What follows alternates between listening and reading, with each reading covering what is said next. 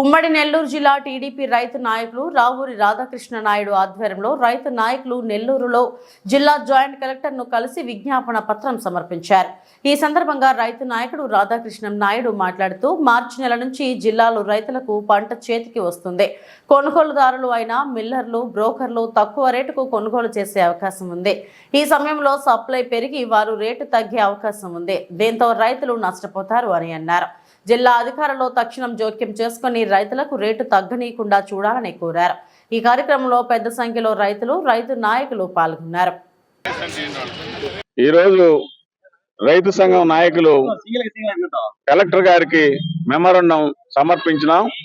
వరి మద్దతు ధర కిందకు పోయింది కాబట్టి రైతులకి సహాయం చేయాలని చెప్పేసి కొనుగోలు కేంద్రాలు, సివిల్ సప్లైస్ ద్వారా కొనుగోలు కేంద్రాలను తెరిపించి అన్ని మండలాల్లో, అన్ని రైతు భరోసా కేంద్రాల్లో కొనుగోలు కేంద్రాలు ఏర్పాటు చేయాలని చెప్పేసి జేసీ గారికి విజ్ఞప్తి చేశాం. అదేవిధంగా రైస్ మిల్లర్ల దగ్గర కూడా బ్యాంక్ గ్యారంటీలు రెడీగా పెట్టుకోవాలని చెప్పేసి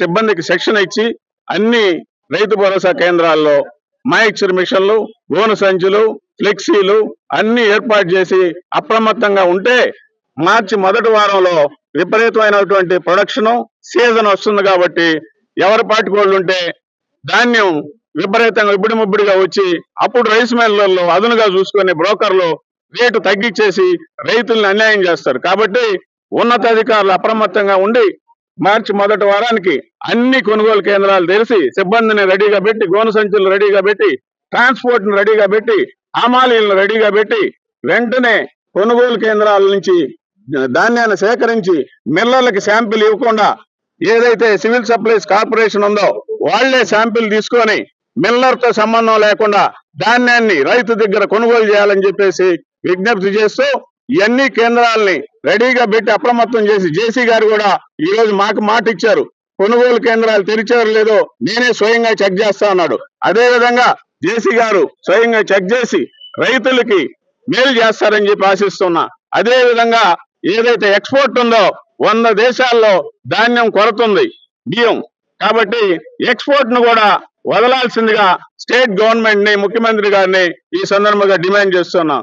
ఏదైతే ఎక్స్పోర్ట్ ఇస్తారో అప్పుడే ఈ మిల్లర్లు కానీ వీళ్ళందరూ అవసరం లేకుండా రైతులకి గిట్టుబాటు ధర ఎంఎస్పి కంటే మంచి రేటు వస్తుంది. కాబట్టి దీన్ని చేయాలని చెప్పేసి రైతులకి డిమాండ్ చేస్తున్నాం. 286 కేంద్రాలు నెల్లూరు జిల్లాలో ఉన్నాయి. ఇప్పుడు అరాకొరగా ఒక 30-40 తెరిచినట్టున్నారు.